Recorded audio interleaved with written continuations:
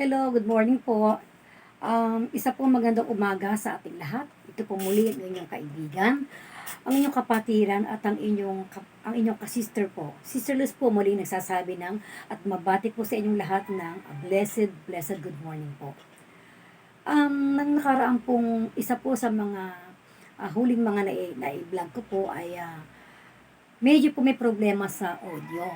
So this time po ay meron pong mga nagsuggest po sa akin na kung pwede daw ako ulitin dahil maaring yung pong topic na iyon ay mga sinasabi po nila na interesting daw po yung topic ano po yung pinag-uusapan about encouragement. Pero dahil nga po sa maugong at saka po mahina po ang dating ng audio, so hindi po masyado o hindi po gaano madinig. So, ito po ay binigay ng Panginoon na pagkakataon muli upang ulitin ko po yung pong topic na iyon, yung pong uh, pagtuturo po na iyon ng araw na iyon. So, ulitin po natin ngayon. Nawa ay maging maayos na po ang audio para po maintindihan po natin lahat. At naniniwala naman po tayo na bibigyan po tayo, binigay po ng ating Panginoon ng pagkakataon na ito upang muli po itong mapakinggan. So tayo po muna ay dumako sa ating panalangin. Aming Ama sa langit, maraming salamat sa umaga na ito. Muli, O Diyos, kami po ay magkakaroon po ng encouragement sa isa't isa. Dalangin po namin Panginoon na maging maliwanag po audio, ang signal po, upang ito po ay mapakinggan ng marami at maging kalakasang spiritual po ng bawat isa sa amin.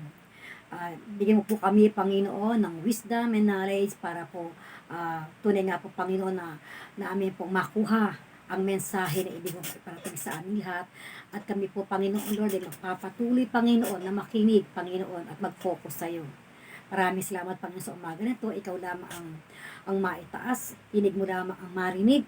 Ang kalooban mo lamang siyang masunod. Maraming salamat po. And we give you back all the glory and praises in Jesus' mighty name. Amen and amen. Ayan, maraming salamat po muli. So, ituloy na po natin. Meron po tayo dito ang Bible sa aking tabi. Lahat po ng ating pinag-uusapan dito at ginagamit ang mga salita ay galing po sa Bible. Na po, wala po tayong sariling salita rito. At wala rin po tayong tinutumbok na kahit na ng religion o inaatake. Ito po ay pure encouragement lang po para sa lahat po ng makakapakinig. So, meron po itong pamagat na speaking with authority. Speaking with authority. So, sa Tagalog po, ito daw po ay ang pagtuturo ng may kapangyarihan. Po, normal lang po na kapag tayo ay nagtuturo, dapat meron tayong authority na po upang tayo po ay pakinggan po ng mga makikinig o ng mga tinuturuan natin po. Pero hindi lang po iyan, marami pa po napapaloob sa ating mensahe ngayong umaga.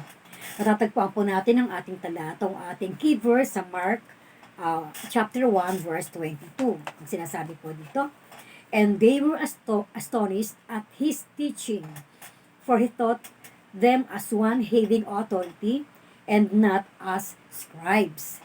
Tagalog po, Marcos chapter 1 verse 22, namangha ang mga tao sa kanyang mga turo. Pagkat nagturo siya na tulad ng isang may kapangyarihan at hindi tulad ng mga tagapagturo lamang ng kautusan. Amen. Nawa, Panginoon, ikaw po magpala ng mga salita mo na hayag ngayong oras na ito. Maunawaan po namin, Panginoon, at tulungan mo kami na mag-focus lamang sa iyo. Manguna ka, Panginoon, ikaw lamang maparangalan. Salamat po sa pangalan mo, Jesus. Amen and amen. So, yun po, no? Dito po sa ating pamagat na speaking with authority. Parang sa magulang. Ito ba? Ang mga magulang kapag nagtuturo sa kanilang mga anak, syempre po, mahalaga po na with authority upang ang mga anak po nila ay sumunod sa kanila at lumaki po ng merong mga natututunang mabubuting asal po at magawain. Di po ba? Ganun din sa mga guro sa paaralan, sila yung pinakamodelo ng magulang, ng mga batang ito, ng estudyante. Pag sila po ay nagtuturo, hindi lamang sila tuturo ng leksyon, kundi sila man po ay nagtuturo ng mabuting asal para po sa mga mag-aaral na kanilang tinuturuan. At ganoon din po sa mga churches, sa mga pastors, sa mga leaders na po, they should teach and speak with authority. Na po? So, paano po ba magiging totoo na magkaroon ng authority yung mga sinasabi ng tagapagturo? So, syempre po, number one, kung ano yung tinuturo natin, dapat ito din yung ating ginagawa. Di po ba?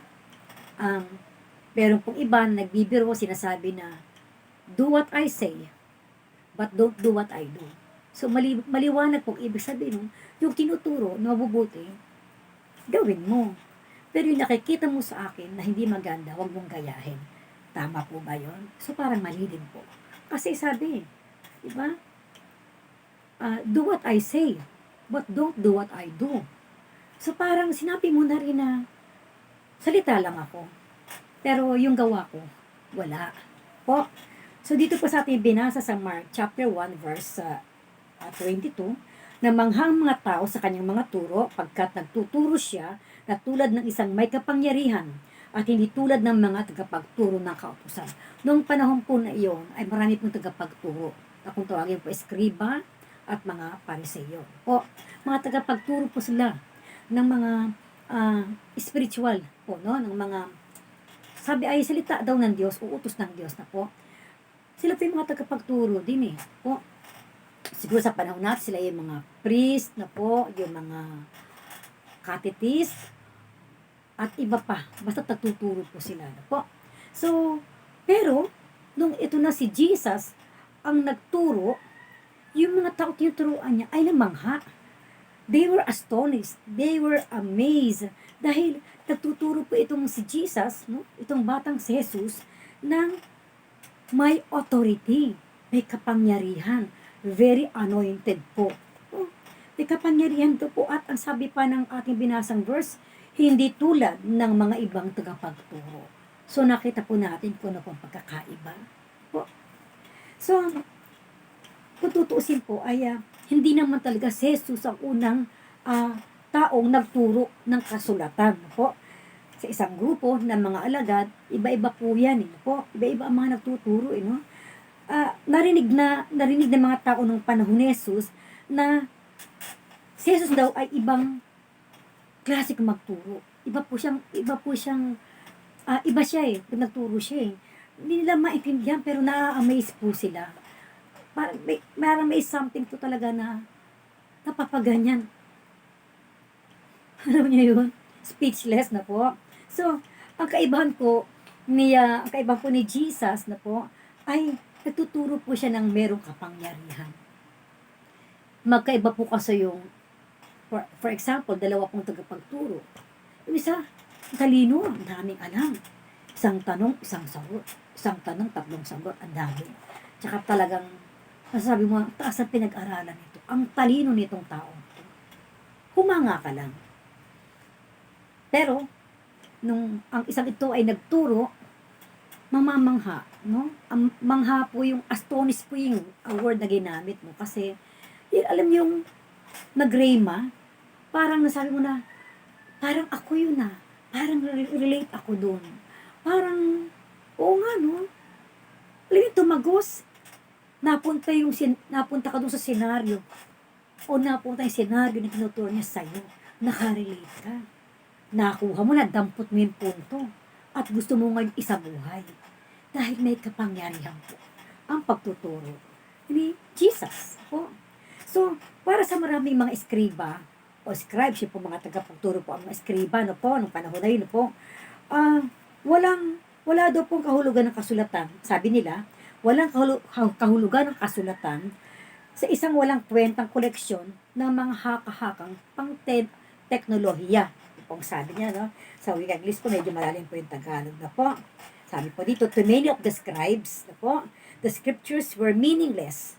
Wow, sabi ng mga scribes, tagapagturo po yan, Pero ang kanilang description ng scriptures o mga salita na tinuturo nila, no, ay sabi ay meaningless and only dry collection of theological speculation. Yun naman pala dry collection pala at saka meaningless, bakit tinuturo pa nila?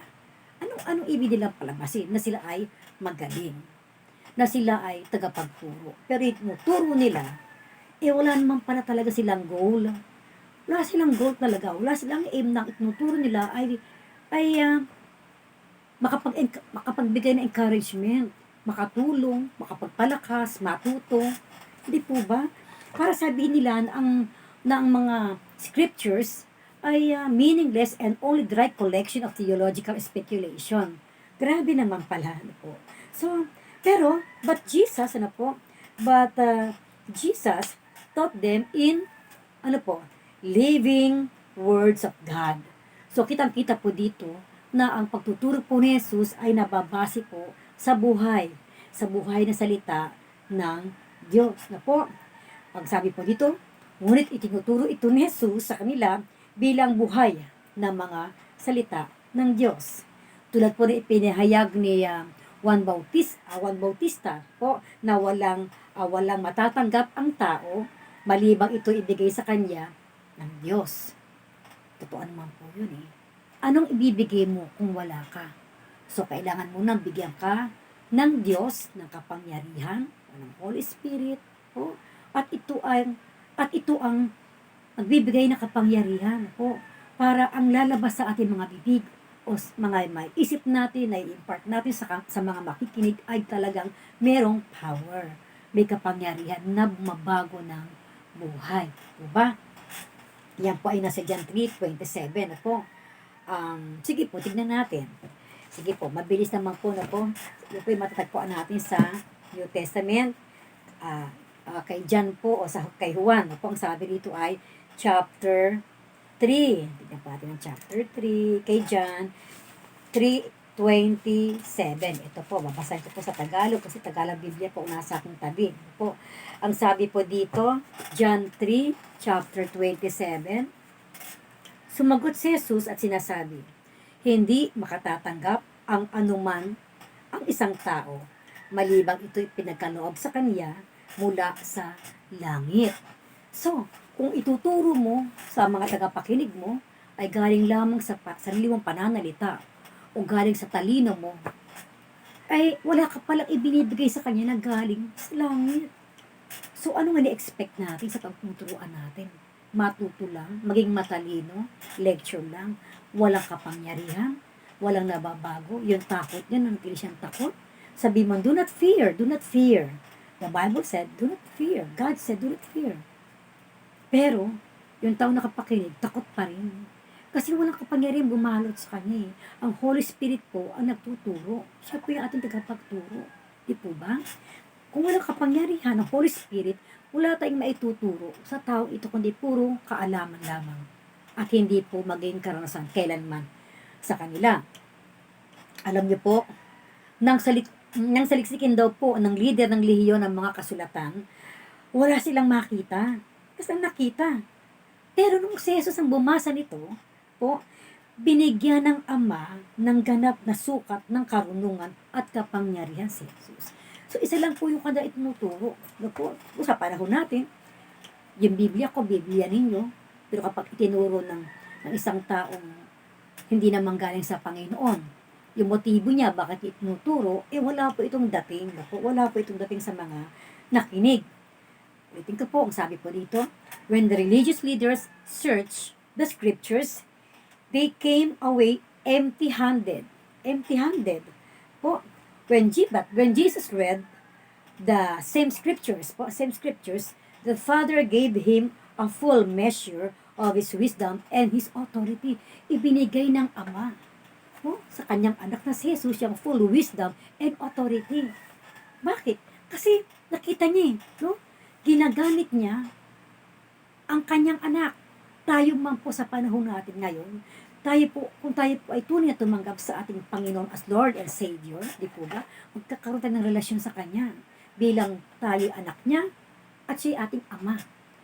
At bilang may relasyon po tayo sa Kanya, kapag po tayo ay magtuturo o mag-share ng Word of God, meron po itong dapat kapangyarihan. Dahil tuturo natin ay hindi dapat manggaling sa ating kaalaman o sarili lamang na katuwiran, kundi ito ay nanggagaling sa mismong salita ng Diyos na inihatid sa atin o dinadala sa atin ng Holy Spirit.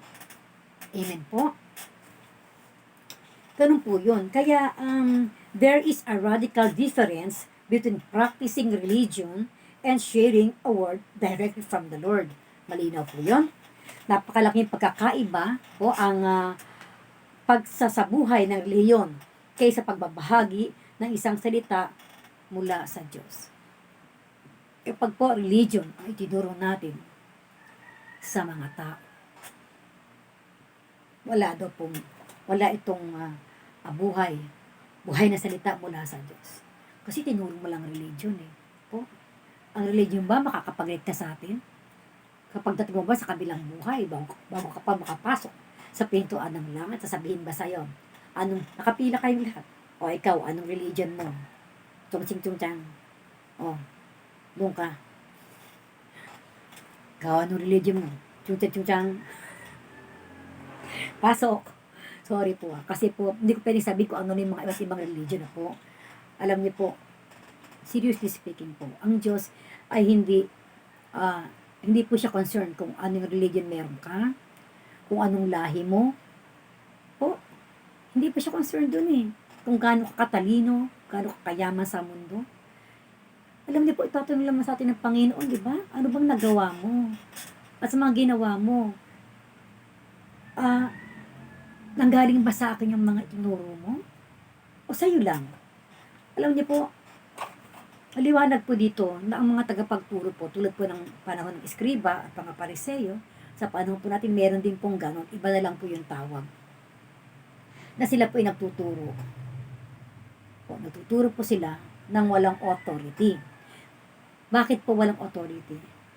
Siguro po mas binigyan nila ng focus yung kanilang titulo, kanilang pagkatawag sa kanila sa pangalan po, kaysa sa motibo nila o ginagawa nila para sa pag-share ng gospel. Yung pong ibig sabihin nito.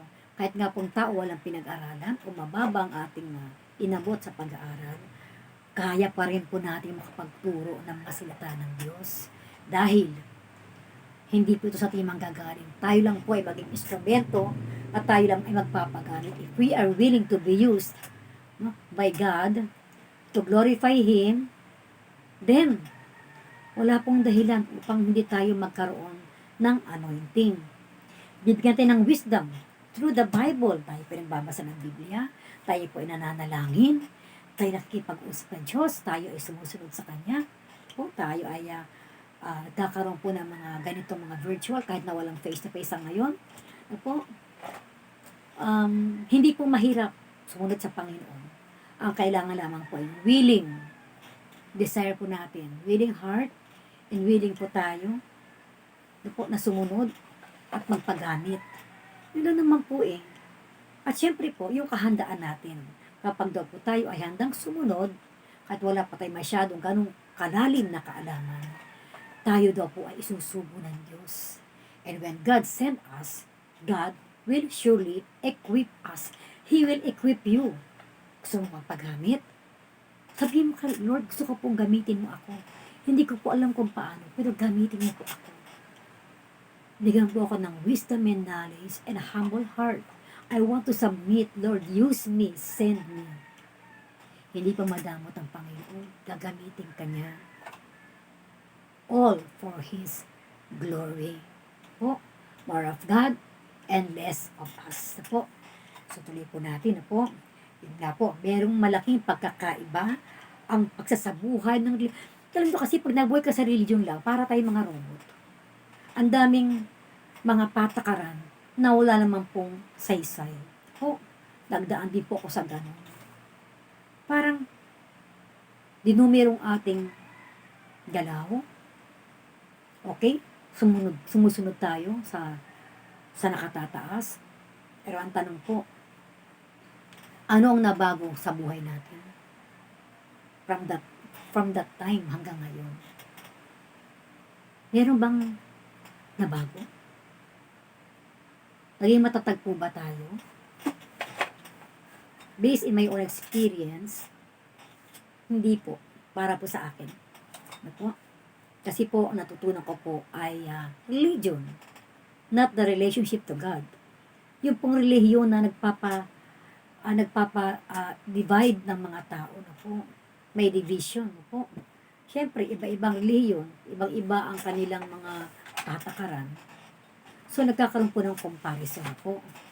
At yun po ay hindi na tayo napofocus kung ano yung kalooban ng Panginoon, kung ano yung dapat at hindi, ano po ba yung talagang gusto ng Panginoon gawin natin sa buhay natin. Hindi po focus tuloy, mas nagpo-focus tayo doon sa relihiyon na ating pinagtatanggol, di po ba?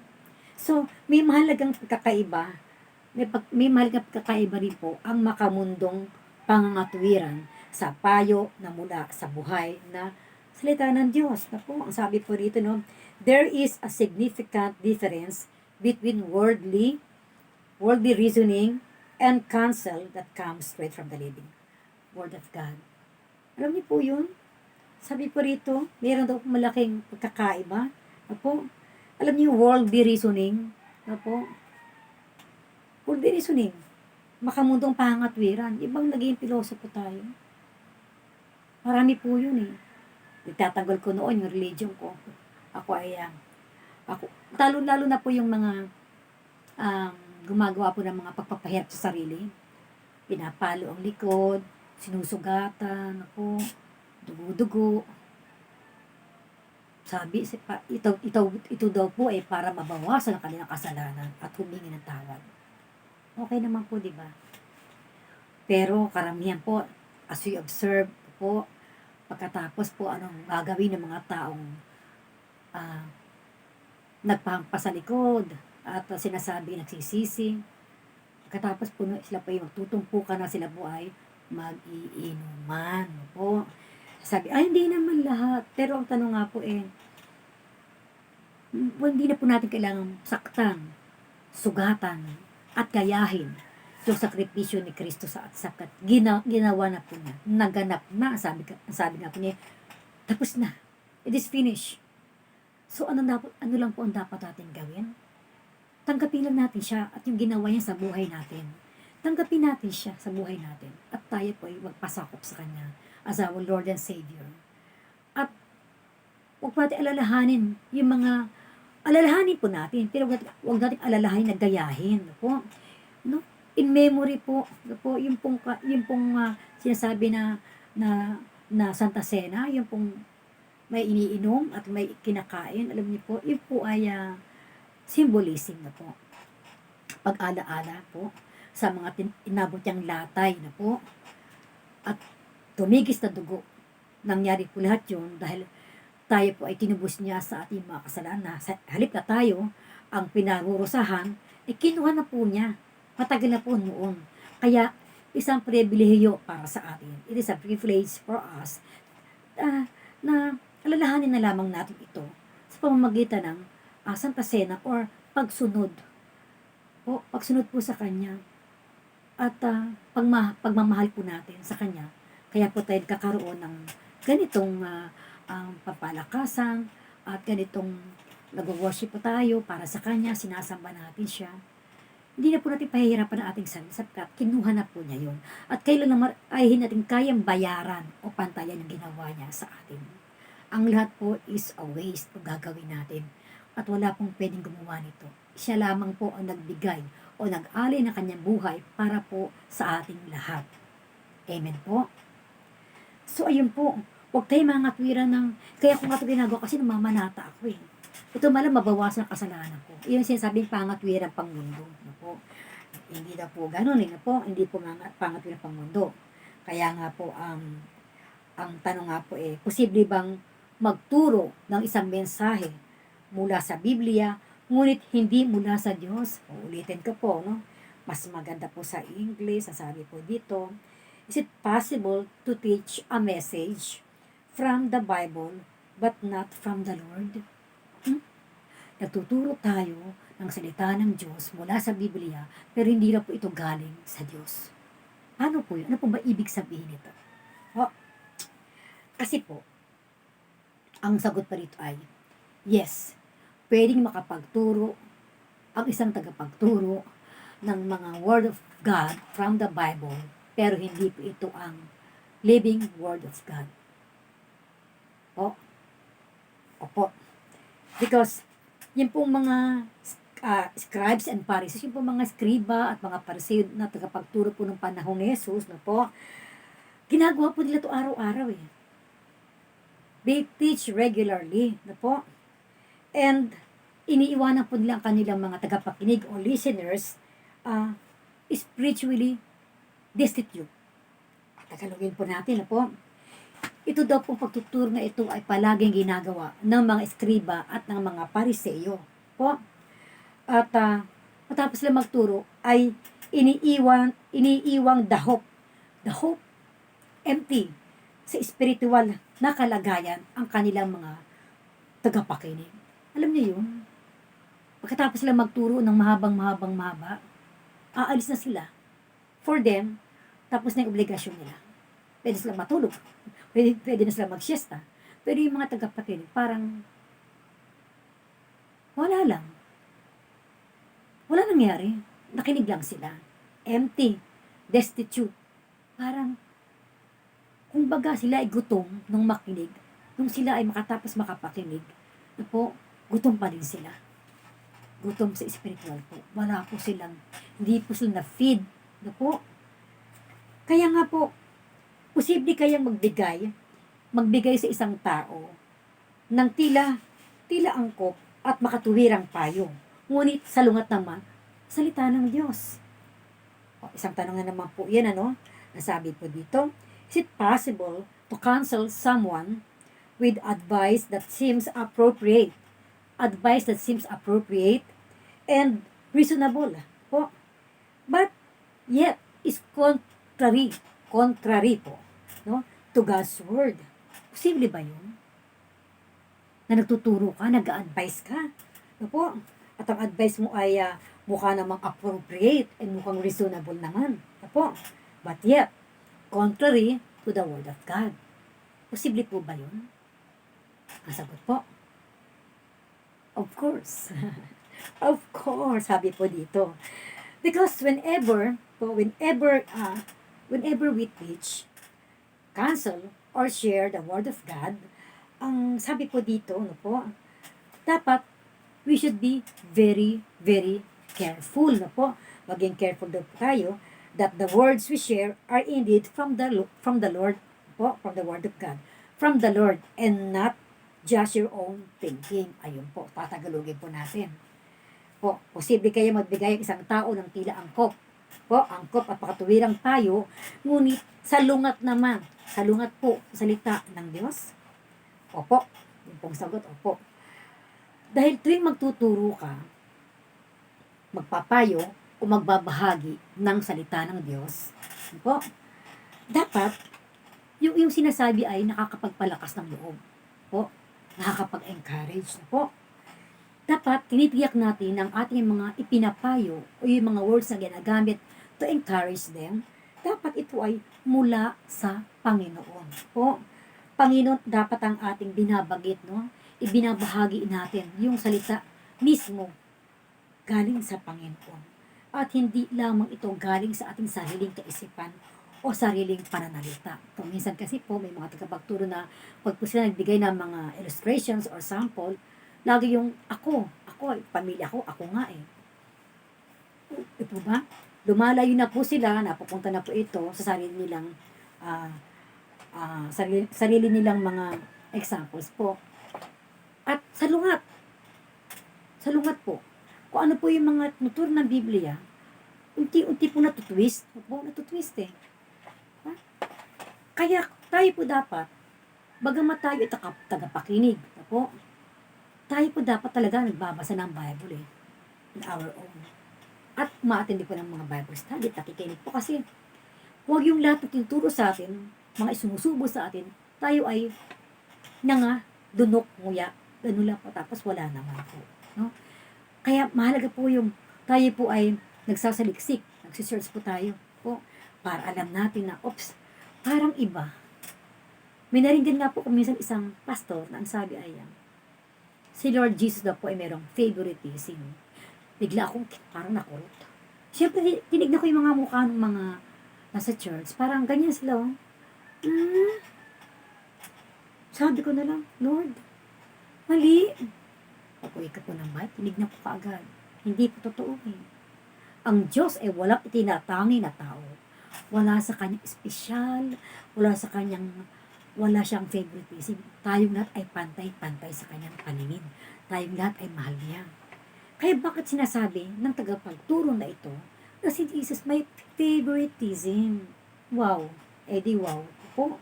Kaya, minsan yung tagapagsalita, yung tagapagturo, kanya na lang sinasabi niya eh. Sarili na lang niya ito eh. Kinakausap na lang niya yung mga tinuturuan niya nang galing sa talino niya o galing sa opinion niya. So, ito yung sinasabing tagapagturo ka ng Word of God. Pero sa lungat yung tinuturo mo, hindi galing yan sa Diyos. Ito po iyon. Po, tulad ng mga eskriba at mga pariseyo, sila mismo kumakalama kay Jesus. Sila mismo. Sila mismo po talaga. Po ba? So, tiyakin natin na talagang mula sa Panginoon ang ating mga tinuturo at hindi din dapat po tayo din ikakitaan ng bunga. Ang tinuturo natin dapat ay nakikita rin sa buhay natin. Po, tayo yung magiging living testimony. Po, sabi nga ay, walk the talk. Wag talk ng talk. Baka po yan ay mauwi sa TikTok. Yun po, no? So, kung hindi, ikaw ay magiging isang bulaang propeta. Ibig po sabihin ganito. Kapag daw po nagtuturo ka, o tayo, na mga salitang hindi naman talaga sinasabi ng Diyos sa kanyang salita, po, salungat sa kanyang mga sinasabi, tayo po ay makakategorya sa bulaang propeta, false prophet, or false teachers na po. Yun po sinasabi rito, no? Otherwise, you could become a false prophet or false teacher. Po. God promises that He will stand. Po. God will stand to every word He has ever spoken. Lahat po ng mga salitang nakasulat po sa Bible, ito po ay kay ng Panginoong panindigan. Amen po yun, di po ba? Sabi rito, nangako ang Diyos na tutuparin ang bawat salitang kanyang sinabi, sapagkat ang Diyos ay hindi tao. Ang tao po ay nagkakamali, ang tao ay pwedeng magsinungaling, ang tao ay pwedeng hindi umamin, at ang tao po, kung nagsalita, pabago-bago. Po. Pero ang sinasabi po dito, tapat ang Diyos, kapag siya ay nangako, ay siya po ang kanyang mga pangako ay kanyang tutuparin. Po, sapagkat ang sinabi ng Diyos ay sinabi niya. Di po ba yung kung nadidinig natin ito sa mga awit, sa mga small churches, di po ba? Ang sinabi ng Diyos ay sinabi niya. Di po ba? Di ko lilimutan ang lahat ng sinabi niya. Ganun po sinasabi. Huwag di natin kalilimutan ang lahat ng sinasabi ng Diyos. Sapagkat ang lahat ng sinasabi ng Diyos ay totoo. Pagkat ang sinabi niya ay sinabi niya. Po. So sa ating pagbabahagi ng mga salita na mula sa Diyos, ibahagi natin ito ng may lubos na katiyakan at mayroon pong authority. Sabi po rito, when you share a word that has come from God, you can do so with utmost confidence. Kasi kapag pati natututo ay siguradong galing salita ng Diyos sa Biblia po, meron tayong confidence na po ba? Yan pong sinasabi sa Isaiah 55. Tignan po natin ang ating last verse na po. Isaiah 55, chapter 55, 10 to 11. Ito po yung ating last verse na babasahin. Ito po, 55:10 ang sabi po dito. Sapagkat kung paano ang ulan, tama po ba yung 10? Amen.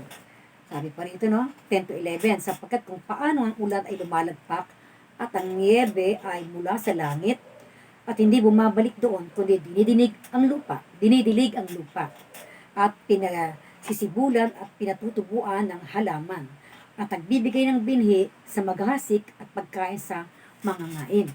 11. Maging gayon ang aking mga salita, ang sabi ng Panginoon. Po, ang mga salita ay lumalabas sa aking bibig, hindi babalik sa akin na walang bunga, kundi gaganap ng kinalulugdan ko at giginhawa sa bagay na aking pinagsubuan. Ang ganda po itong verse 11, ulitin ko po. Ang salita po ng Panginoong Diyos ay na lumalabas sa kanyang bibig ay hindi babalik sa kanya nang walang bunga po, kundi gaganap ng kinalulugdan niya po, at giginhawa sa mga bagay na aking pinagsubuan. Kaya kung tayo po ay tagapagturo at tayo po ay tunay na gumagamit at sinasalita natin ang salita ng Diyos mula sa Biblia, at tayo po ay nagtitiwala, with all our trust and confidence, ito ay galing sa Diyos at ito ang gusto ng Diyos na ituro natin. Ano po? Hindi yung gusto lang natin o kaya may personal ka, tao na ito yung gagawin mo, parang pinatatamaan mo, na po, nakakatakot po yun. Hindi po ito kalugod-lugod sa Panginoon. Pagkatong tayo pa isusunod sa gusto ng Panginoon, ang sabi niya rito, hindi babalik ang kanyang salita na walang bunga. Ibig pa sabihin, tayo po ay nag-speak with authority ng Panginoon, ginagamit po tayo. At ang nakikinig po, bababa po ito sa Kanya, magpo-flow po ito sa Kanya, at magkakaroon po ng kapangyarihan, at pwede po mabago ang kanyang buhay. Siya po ay maliwanagan, po siya po ay, kung siya ay may problema, magkakaroon po siya ng kapayapaan sa puso niya, at magiging patapang po siyang humarap sa anumang hamon ng buhay, sapagkat tatransform po ng Panginoon yung pong mga bagay na dapat po na mangyari sa kanya, na mabago po siya po. Ang sabi po dito, at giginhawa sa bagay na aking pinagsubuan. Amen po. At tayo tagapagturo, ibibless tayo ng Panginoon. Ibibless tayo ng Panginoon, pati yung mga nakapakit, ibibless po niya. Kaya po alam niyo po yung ginagawa natin ngayon. Alam niyo po, pinakita ko sa inyo, lahat ay galing sa Bible. Po, lahat po galing dito. At ako po ay nagpapasalamat sa Panginoon sa binigay po niya ministry na ito. Wala pong naitataas kundi ang Panginoon lang. Wala pong iba kundi siya lang talaga. Po, siya lang talaga. At marami po iba maaring tataka na hindi po ako pastora. Wala po akong katungkulan na mataas sa church. Po. At ngayon po nagkaroon ng pandemic, negative po tayong lahat sa mga nangyayari. Po, maraming natatakot, maraming na-depress na po. Pero Romans 8:28, all things work together for good for those who love God and for those who are called according to His purpose. Palagi po ito kapag po may mga pangit na sitwasyon, ito lang lagi nating iisipin po at ating pagbubulay-bulayin. Romans 8:28 na po. Romans 8:28, ang lahat ng bagay, pangit man, hindi man maganda, parang negative, pagsasama-samahin ng Panginoon yan na po. At ito ay magbubunga ng mabuti sa atin. Ito po ay naging bunga ng pandemic na po. Ito ay lumalabas ng bahay. Dahil sa mga lockdown na yan, quarantine na po na yan. Pero nakaisip po ang mga tao, ang mga Kristiyano na magkaroon po ng virtual Bible study or fellowship. At isa po ito sa ginagawa natin. Naisipan ko po ito. Binigay rin po ni Lord talaga yung wisdom na po. Meron po isang vlog na ang aking pulong vlog ay bakit ako nasa YouTube. Sa akin, aksidente, parang hindi ko naman po pinilano.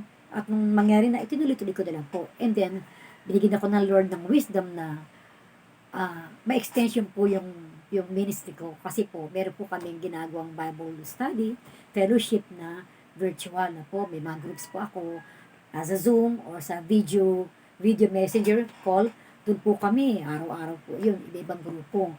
Pero bakit na-extend ko po ito hanggang sa YouTube po? Si Lord nga po ang nagdala sa akin dito. And I thank God for this opportunity. Hindi po ako sanay sa ganito. This is the very first time na mag-vlog. Sometimes binibiro ng mga kapitbahay, oy, vlogger ka na pala, no? Kaya minsan sa palengke, sabi na, di ba ikaw yung, hindi po ako ganun kasikat, pero, syempre po, sa natin ng YouTube, makikita rin po, madadaanan po kasi, and, naging tinanggap po ng buong puso itong binigyan ng Lord sa akin, na, magamit pa ako, mightily, at kayo din po, ganun din po, tulad po ng ating, pinag-usapan ngayon, speaking with authority. Sayang naman po yung ating oras, yung aking oras, panahon, yung aking green light dyan, po. Sayang po lahat, pati kuryente, lahat po. Kung ako lang po ay magsasalita ng walang saysay. Sabi po kanina, pwede kang magsalita, magturo ng godly message pero hindi po galing sa Diyos. Ibig po sabihin, dapat dito muna. Po, meron kang desire na maglingkod sa Diyos eh. At tiyak po, dapat na galing sa Biblia. Po, at hindi sarili lamang nating pag-iisip. Po, at ako po ay naniniwala with my strong faith in God. Dahil nga po sinasabi ng mga ibang sisters ko na YouTube yan eh. So, nakakaabot yan sa buong mundo. Yun nga po, may mga nagko-comment, hindi ko kakilala. At nagpapasalamat naman po ako dahil ang nakikinig po sila. And then my main aim, my goal is to share the Word of God and to encourage people saan man siya sulok ng mundo. Kaya kung minsan may isa po akong vlog na, nako, English po yun. Lord, bigyan mo ako ng words of wisdom para po kung may mga ibang lahi dyan, maintindihan po nila yung sinasabi ko. Po, na yung pong share the gospel na po. At salamat sa Panginoon dahil natapos ko naman po yung vlog na yun na English po yung ginamit ko. So, salamat sa Panginoon. So, bago po tayo maghiwa-hiwalay, muli po, ang ating pong mensahe ngayon ay magturo daw po tayo ng mayroong kapangyarihan or we should speak with authority. You do not have to be a full-time teacher or Bible teacher. Kahit po tayo, sino pa man po tayo po ay may kaalaman sa salita ng Diyos, tayo po ay nagpapasakop, tayo po ay nagmamahal sa Panginoon, tayo po ay nagmamahal sa kapwa natin. Then, share the gospel. Share the gospel. Simple lang po ang pag-share ng gospel. Hindi naman po ganun kahirap. And ang kailangan lang po ay sumunod tayo sa Panginoon. Step lang po tayo. Dahan-dahan lang po. At tayo po ay bibigyan ng Panginoon ng kaalaman at ng courage po. Ang Lord po ang bahala. Trabaho po ng Holy Spirit yun. Pero ang trabaho po natin ay sumunod, magsalita with authority. Kasi bali wala po kung tayo nagdadaldal lang. Nakikinig pero wala naman pong nangyayari. Maganda po, meron po tayong feedback, pina-follow up natin sila. So, maraming salamat po sa Panginoon sa mga sunod po natin pag-aaral o pakikinig po ng salita ng Panginoon. Marami po tayong matututunan, mapapag-aralan po at makapagbibigay po sa atin ng encouragement. So, maraming salamat po. For now, maghiwa-hiwalay po tayo at hayaan po ninyo na kayo po, na ako po ay manalangin para sa inyo. Let us pray. Hallelujah, hallelujah. Praise you, Jesus. We glorify your name, O God. Salamat, Panginoon, sa hapon ito. Salamat, Panginoon, sa mga salita na nahayag. Salamat, Panginoon, sa binigay mo sa aming oras, Panginoon, na kami po ay muli nakapakinig ng mga salita mo. Tinuro mo sa amin, Panginoon, kami po ay magturo ng may kapangyarihan. Kapangyarihan nagmumula sa iyo at hindi sa amin. Mga salita mo na nagmumula sa iyong bibig, Panginoon, sa iyong Biblia, Panginoon, na narito po ang mga salita mo, inspired by the Holy Spirit, na ito po ay tunay, Panginoon, na napagpabago ng aming buhay, bibigay ng joy sa amin, ng peace, ng hope, Panginoon, mga pangako mo sa amin. Lord, I pray, Lord, ng lahat po ng nakinig sa oras na ito, Panginoon, pagpalain mo sila, Panginoon, mangusap pa sa kanila, magpakahayag ka sa buhay nila, Panginoon, at higit sa lahat ay tanggapin ka nila sa kanilang buhay as their Lord and Savior. Maraming salamat sa hapon ito. Ikaw lamang maitaas, ikaw lamang ang maparangalan. Maraming salamat po. At ibinabalik ko po sa iyo, Panginoon, ang pinakamataas na karangalan, pasasalamat, pagluwalhati, at kapangyarihan sa pangalan mo, Jesus. Amen and amen. Salamat po muli at bago po tayo maghiwa-hiwalay, kung kayo po ay first time po na nakapakinig o nakapanood, muli ko pong kayo iniimbitahan na sana po ay kayo po ay muli po kayo makinig o manood o in other words po kayo po ay sana po ay masubaybayan po ninyo pa na tuloy-tuloy po ang vlog na ito, as they say, this is vlog, but this is a ministry. Wala po tayong kinakalaban, wala po tayong binagitaan ng mga relihiyon po. Ito po ay pag-encourage lamang. At bago po tayo maghiwa-hiwalay, gusto ko po sana sa mga first time po naririyan, gusto ko po sana kayo imbitahin upang mas lalo pa po ninyong maranasan ang pag-ibig ng Panginoon. Tanggapin po ninyo siya sa inyong puso bilang Panginoon at sariling tagapagligtas. Kung handa ka na makilala pa siya at handa ka pa na mabago ang iyong buhay, may pag-asa ka pa, huwag kang susuko, kailangan mo si Jesus sa buhay mo. Tutulungan ka niya hanggang huli. Sumunod ka sa akin, kaibigan. Sumunod ka. Ang lahat ng sasabihin ko ay uulitin mo din. Uulitin mo ng iyong salita. Amen? Let's pray. Hallelujah. Panginoon, salamat po sa araw na ito. Maraming salamat po sa mga salita na aking narinig. Tunay nga po na ikaw ay nagmamahal sa akin.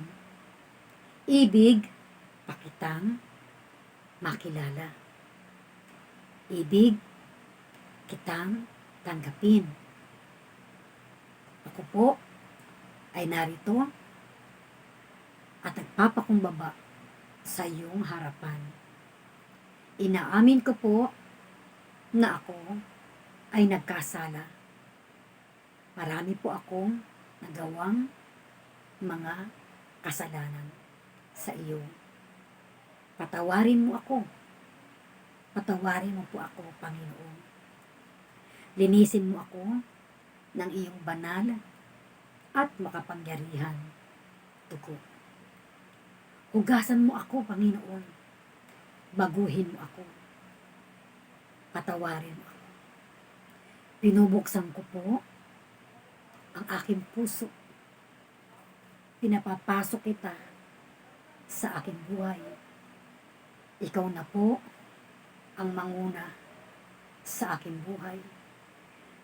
Tinatanggap kita, Jesus, bilang aking Panginoon at sariling tagapagligtas.